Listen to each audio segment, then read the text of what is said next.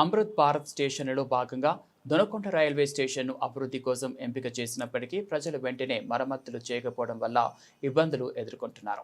Donakonda railway station పరిధిలో కొద్దిపాటి వర్షం మాత్రమే కురిసినా స్టేషన్ మొత్తం నీటిమయంగా మారడం వలన ప్రయాణికులు అవస్థలు పడుతున్నారు. పైపులు పగిలిపోవడం, జాయింట్లు సరిగా లేని కారణంగా రేకుల నుంచి నీరు లీక్ అవుతుంది. ప్లాట్ఫామ్, ఎలివేషన్ వర్క్స్, బ్రిడ్జ్ నిర్మాణం పూర్తిగా నిలిచిపోవడం, లావెటరీ సౌకర్యాలు ఉపయోగంలో లేకపోవడం, ఫ్లోరింగ్ అస్థిరంగా ఉండటం, 2-3 ప్లాట్ఫారాల్లో త్రాగునీరు సౌకర్యం లేక కాళ్ళు పెట్టలేని పరిస్థితి. 2వ నెంబర్ ప్లాట్ఫామ్ పరిస్థితి అత్యంత దారుణంగా వర్షంలో ప్రయాణికులు ప్రాణహానికి లోనయ్యే పరిస్థితి నెలకొంది.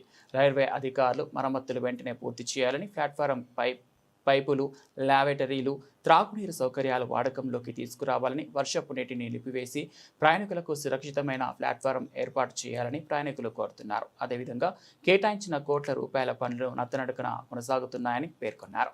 అమృత్ భారత్ స్టేషన్లో భాగంగా 18.3 కోట్ల రూపాయల దొనకొండ స్టేషన్ అభివృద్ధికి కేటాయించబడ్డాయి. అయితే ఫలితంగా ప్రయాణికులు, స్థానికులు వాణిజ్య కార్యకలాపాలకు ఇబ్బందులు ఉన్నాయి. రైల్వే అధికారులు తగు చర్యలు తీసుకొని ప్రమాదాలను నివారించాలని కోరుతున్నారు.